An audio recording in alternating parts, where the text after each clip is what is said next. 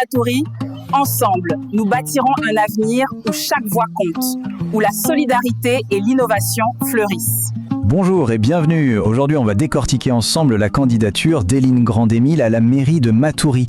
C'est quand même la deuxième plus grande commune de Guyane, donc l'enjeu est de taille. Allez, on plonge dans son projet, sa vision et puis bien sûr, les défis qui l'attendent. En fait, pour les électeurs de Matoury, la question de fond, elle est assez simple, mais elle est cruciale.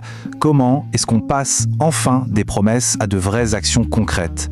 C'est vraiment dans ce climat un peu de fatigue politique que de nouveaux visages tentent d'émerger avec justement une promesse de changement. Alors commençons par le début. Première partie. Qui est vraiment la candidate Héline Grandémile ?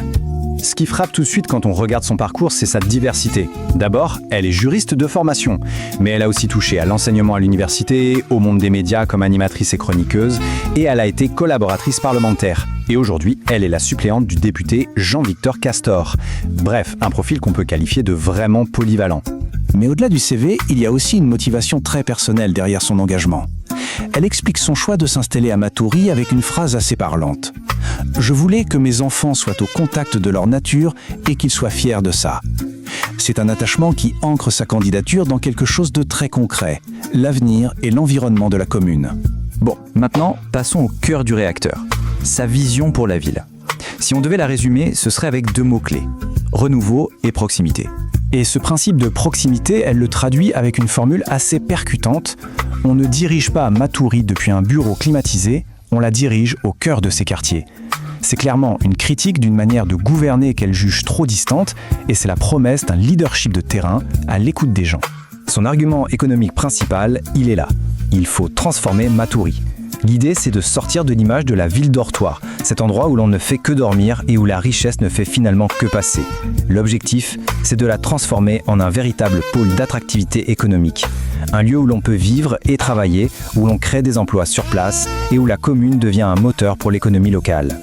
D'accord, la vision est posée. Mais concrètement, comment on fait ? Qu'est-ce qu'il y a dans son projet pour Matoury ? L'approche se veut très structurée. Un problème, une solution. Par exemple, face à un développement urbain qui peut sembler un peu chaotique, elle propose de revoir le plan local d'urbanisme, mais en consultant les habitants. Pour le manque d'infrastructures, l'idée c'est de construire du neuf, des écoles par exemple, et de rénover ce qui existe déjà. Et la question qui fâche, l'argent. Eh bien, créer une cellule spéciale cofinancement pour aller chercher des fonds ailleurs. C'est bien beau tout ça sur le papier, mais maintenant, c'est l'épreuve du réel. Comment cette vision est reçue par les habitants, qui ont parfois l'impression d'avoir un peu tout entendu ? Et là, on a le témoignage d'un auditeur, Pierre, qui habite à Cognou-la-Mirande depuis 1992. Et sa phrase, elle résume tout. On nous a toujours promis plein de choses, rien ne s'est fait. Chaque 6 ans, on vous voit arriver. C'est lourd de sens. On sent vraiment toute la lassitude face aux promesses qui, pour lui, n'ont pas été tenues. Et ce sentiment, il n'est pas isolé.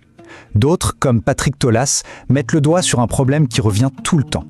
Cette impression que les projets se décident sans vraiment demander leur avis aux premiers concernés. Le développement est vécu comme quelque chose qu'on subit, plus que comme un projet commun. Alors face à ce manque de confiance, la réponse d'Héline Grandémile se veut très claire. Elle martèle son intention de mettre en place des actions concertées, d'établir un vrai dialogue, un dialogue authentique avec tout le monde, les habitants, les associations, les entreprises. Pour elle, c'est la seule façon de retisser ce lien de confiance. Et enfin, on arrive au dernier point, le défi purement politique.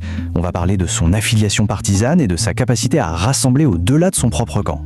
Forcément, la question est posée directement sans détour. Est-ce que sa liste est une liste 100% MDS, donc le mouvement de décolonisation et d'émancipation sociale, ou est-ce que c'est une liste plus large, une liste dite d'ouverture ?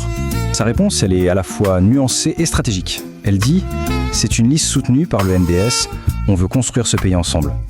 En gros, elle ne renie pas son affiliation, loin de là, mais elle la présente comme une base pour une ambition plus grande, celle de travailler avec tout le monde. Et face à ceux qui pourraient douter de son expérience pour diriger une ville, elle a plusieurs arguments. D'abord, plus de 10 ans au sein du MDES. Ensuite, sa formation de juriste qui lui donne une bonne connaissance des rouages administratifs. Et puis, son expérience de suppléante, au contact des ministres et des hauts fonctionnaires. Elle va même jusqu'à dire que si des projets ont échoué par le passé, ce n'est pas un manque de compétences, mais plutôt un manque de volonté politique des équipes précédentes. Donc, si on résume, tout le nœud du problème est là. La campagne d'Héline Grandémile doit réussir un exercice d'équilibriste, porter un message fort de renouveau, tout en faisant face à un scepticisme des citoyens qui est, on l'a vu, très profond, et en naviguant des questions politiques bien réelles. Et ça nous amène à la question finale, celle qui est vraiment au cœur de n'importe quelle campagne électorale. Est-ce que cette candidature arrivera à transformer un capital sympathie et une vision qui semble séduire en une machine électorale solide, capable de vraiment convaincre le jour du vote? L'avenir nous le dira.